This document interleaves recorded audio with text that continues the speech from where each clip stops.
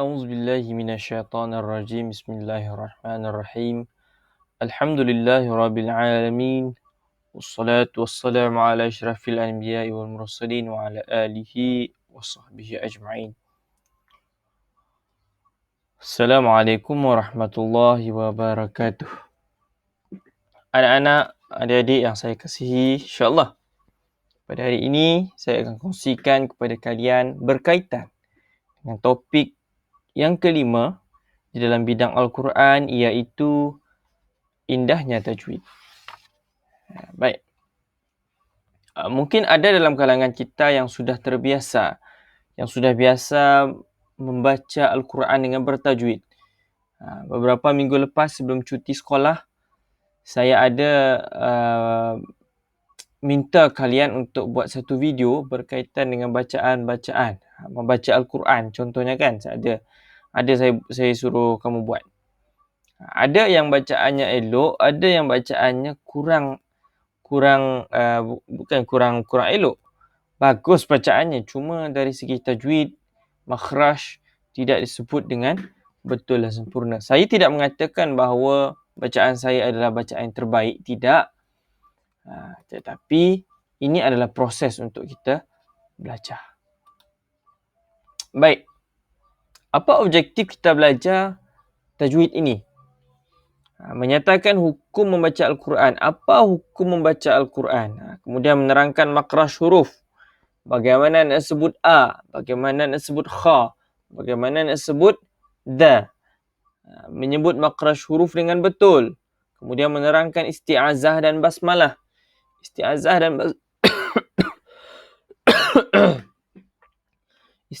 dan basmalah ini ialah perkara yang paling awal kita akan bacakan. Paling awal kita akan sebut bila mana kita nak baca Al-Quran. A'udzubillahi minasyaitonirrajim. Bismillahirrahmanirrahim. Isti'azah dan basmalah.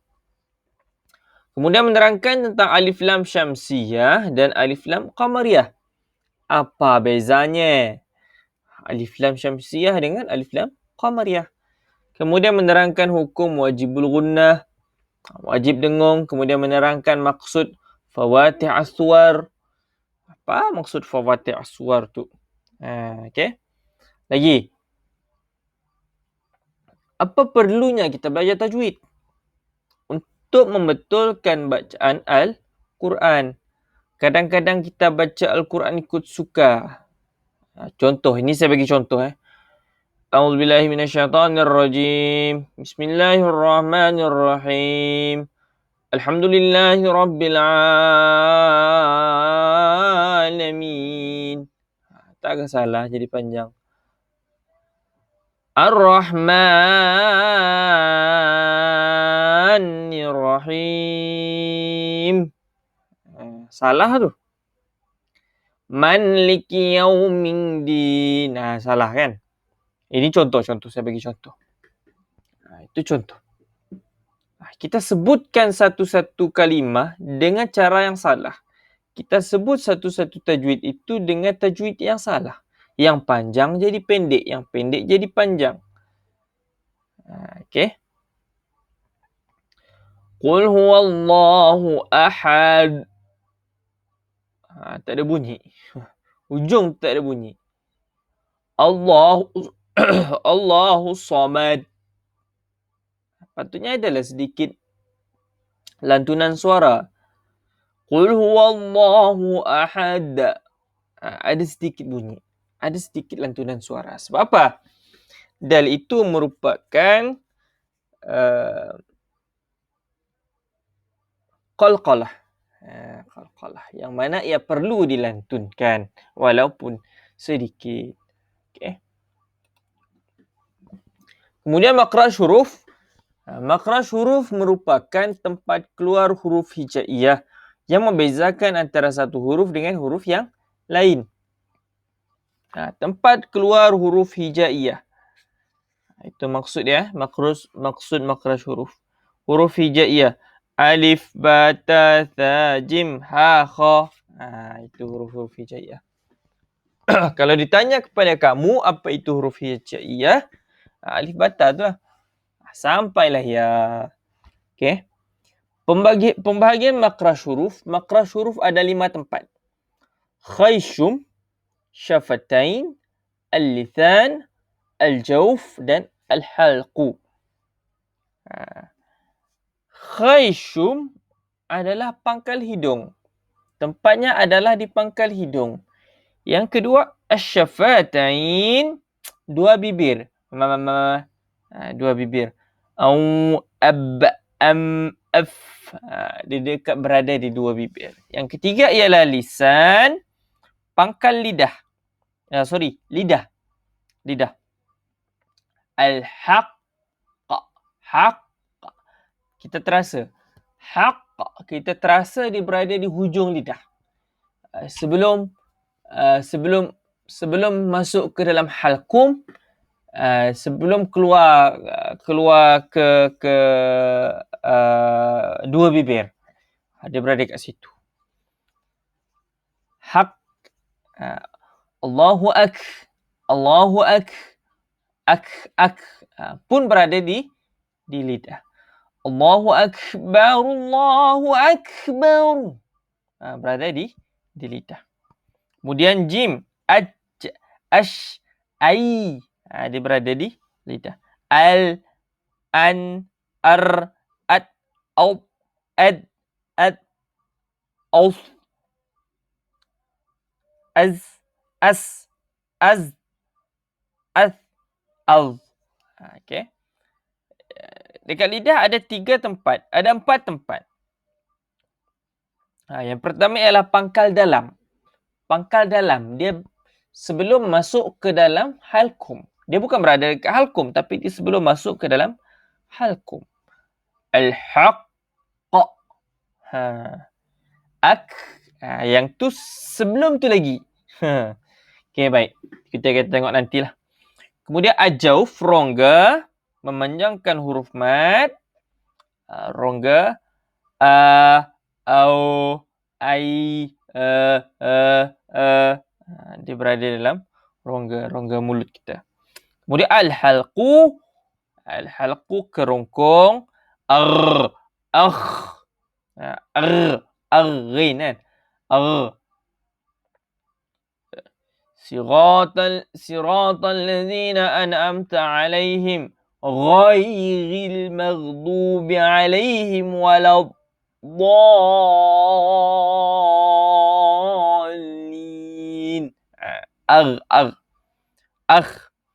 Kemudian menekan suara hingga di tengah halqum.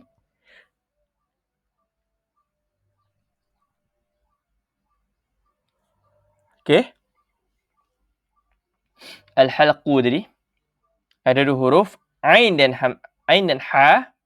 Kemudian menekan suara hingga pangkal halqum, hamzah dan ha.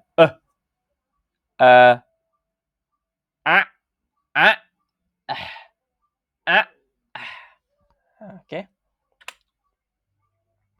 Kita tengok satu persatu. Al-khayshum, pangkal hidung. Keluar bunyi dengung.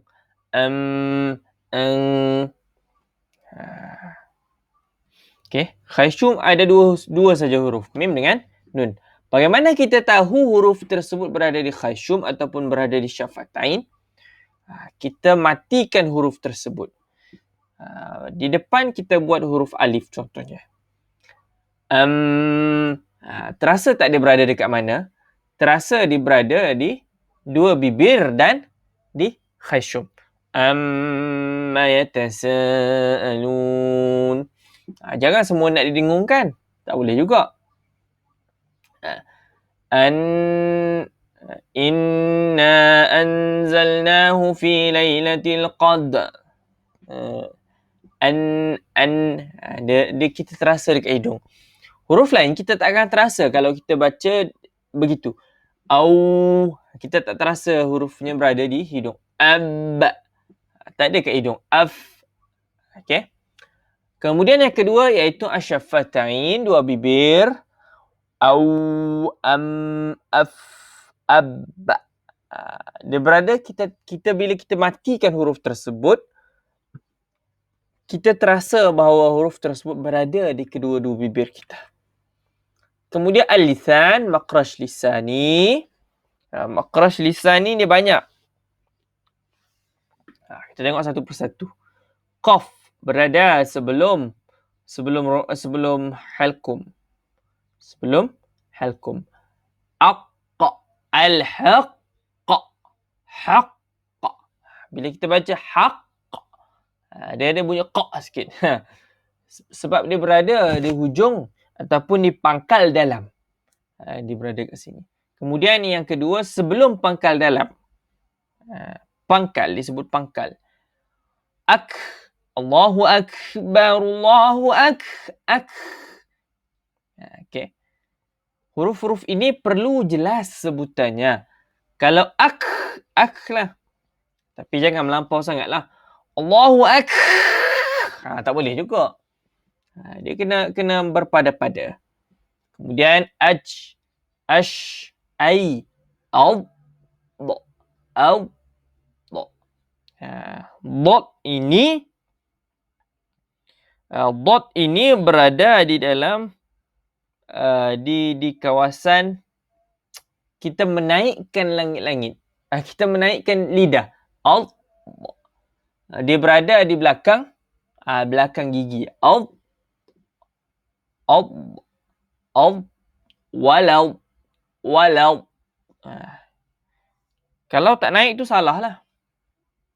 Kemudian ta, dal, da dan ta. Ad. Bot ini kita menaikkan lidah. Ad. Dia berbezalah. Ath. Yang ni kita keluarkan sedikit lidah. Ath. Kemudian ni berada di bawah lidah, di belakang gigi bawah. As.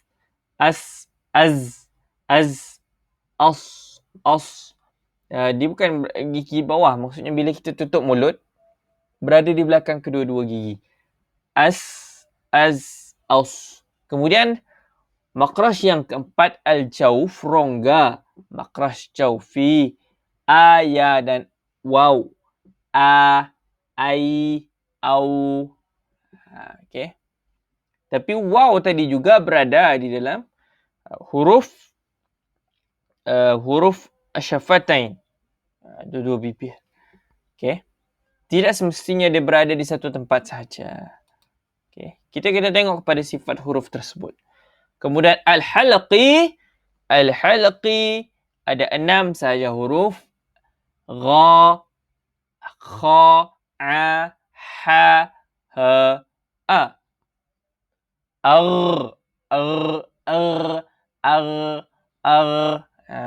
Akh,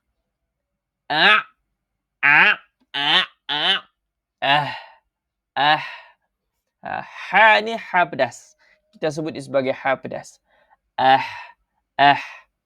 Kemudian yang bawah ni adalah ha.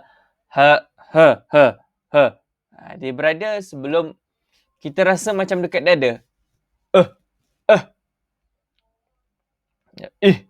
Ihdinas siratal mustaqim. Kemudian okay. Isti'azah dan basmalah.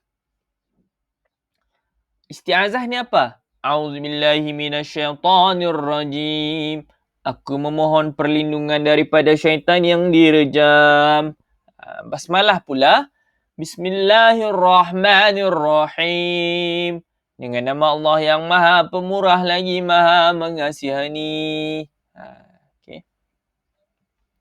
Wajib dibaca pada permulaan surah Al-Fatihah. Pada awal-awal surah Al-Fatihah, basmalah wajib dibaca.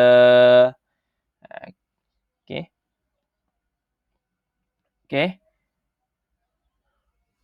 Baik. Alif lam syamsiyah dan alif lam qamariyah. Alif lam syamsiyah. Okay. Alif lam. Baik, sebelum tu tadi saya lupa. Basmalah tidak sunat dibaca pada awal surah At-Taubah. Kena ingat.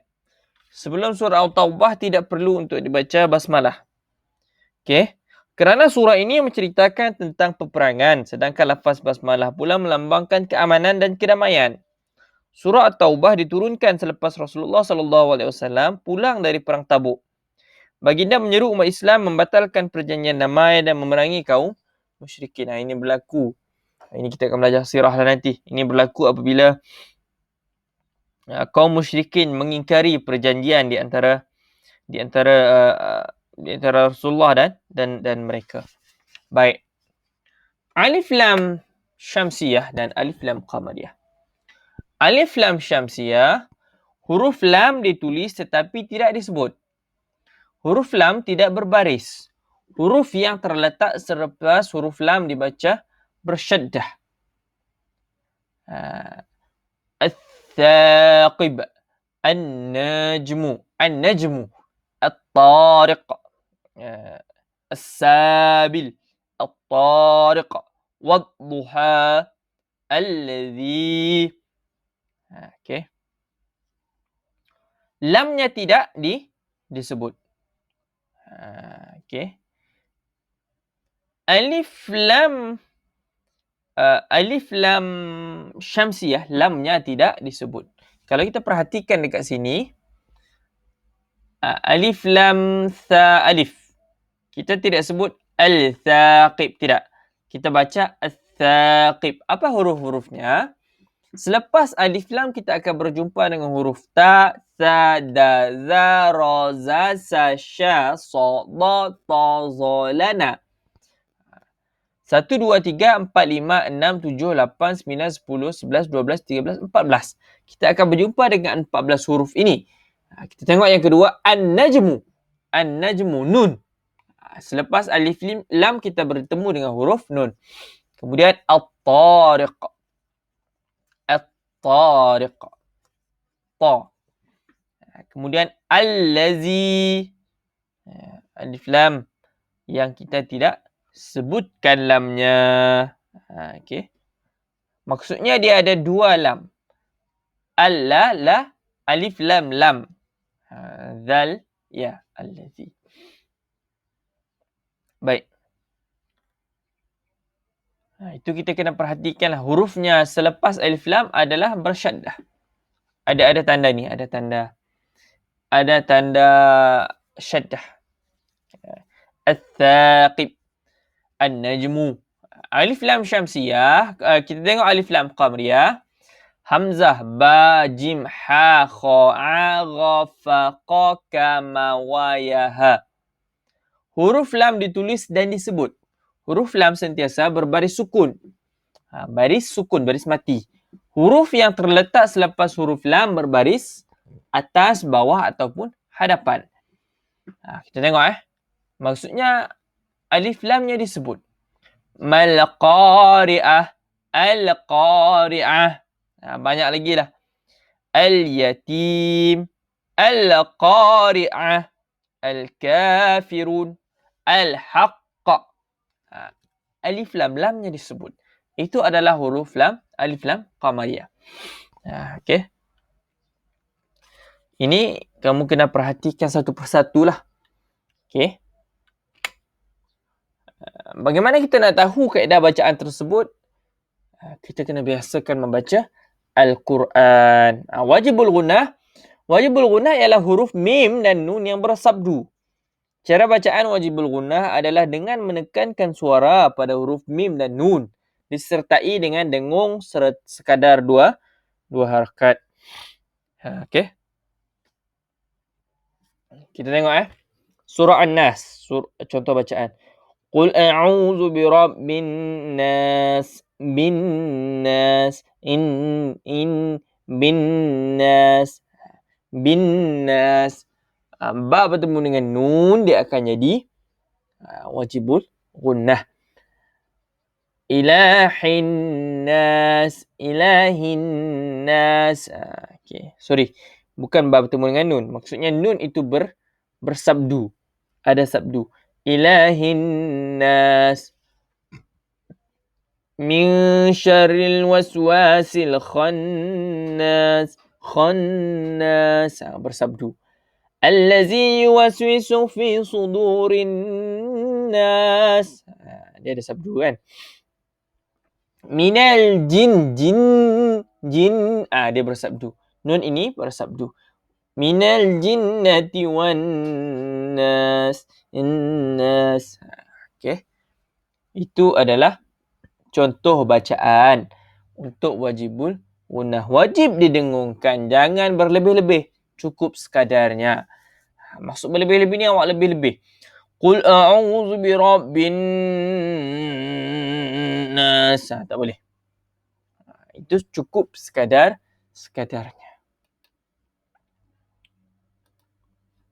Baik. Fawatihus suwar ialah huruf-huruf hijaiyah yang terletak di permulaan sebahagian daripada surah-surah Al-Quran.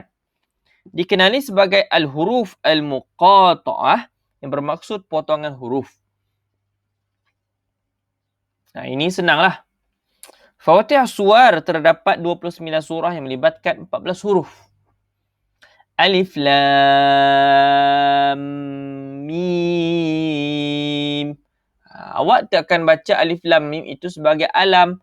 Alam. Tak boleh, salah. Nun. Surah Al-Qalam kan. Okey. Baik. As-suwar kata jamak yang berasal daripada kalimah suratun yang bermaksud himpunan ayat Al-Quran dengan nama-nama tertentu. Okey. Fawatihus suwar, huruf-huruf hijaiyah yang terletak di permulaan sebahagian daripada surah-surah Al-Quran, Yasin, Nun, Alif Lam Mim. Fawatihus suwar juga dikenali dengan huruf al-muqata'ah, potongan huruf. Terdapat pada 29 surah yang menggunakan 14 huruf. Terdapat 3 bacaan. Okey. Baik. Dibaca tanpa mad ataupun tidak dipanjangkan. Alif. Alif, tiada harakat. Kita tidak sebutkan, kalau huruf alif lam mim, kita tidak sebut alif lam mim. Salah. Sebab alif tidak dibacakan dengan harakat. Dibaca panjang ataupun 2 harakat. Ada tanda dia lah. Dalam Al-Quran dia ada tanda. Jangan risau. Ha, ya, ta. Okey. Ta bertemu dengan alif. Ha bertemu dengan alif. Ra bertemu dengan alif. Ha, ya, ta, ha, ra. 2 harakat. Dibaca panjang 6 harakat. Nun. Ada tanda dia. Qaf. Sad. Qaf, ha, ain, sad. Ada tanda dia. Salam, kaf, mim. Sad, ain, sin, lam, kaf, mim. Okey. Ini contoh bacaan. Kita tengok tanda dia. Ni sepatutnya ada satu lagi tanda dekat atas ni. Atas alif lam mim ni ada satu lagi tanda. Tanda sebegini. Tanda panjang ni. Alif lam mim. Ada dengung. Okey, alif tiada harakat. Lam bertemu dengan mim, ada dengung sedikit. 2 harakat. Alif lam mim. Jangan lebih-lebih lah. 2 harakat cukup sekadarnya 2 harakat. Jangan lebih-lebih. Alif lam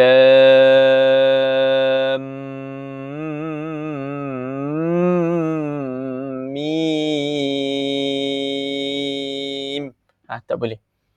Sebab syarat dia adalah 2 harakat. Lam bertemu dengan mim. Baik. Fawatihus suwar adalah yang terakhir.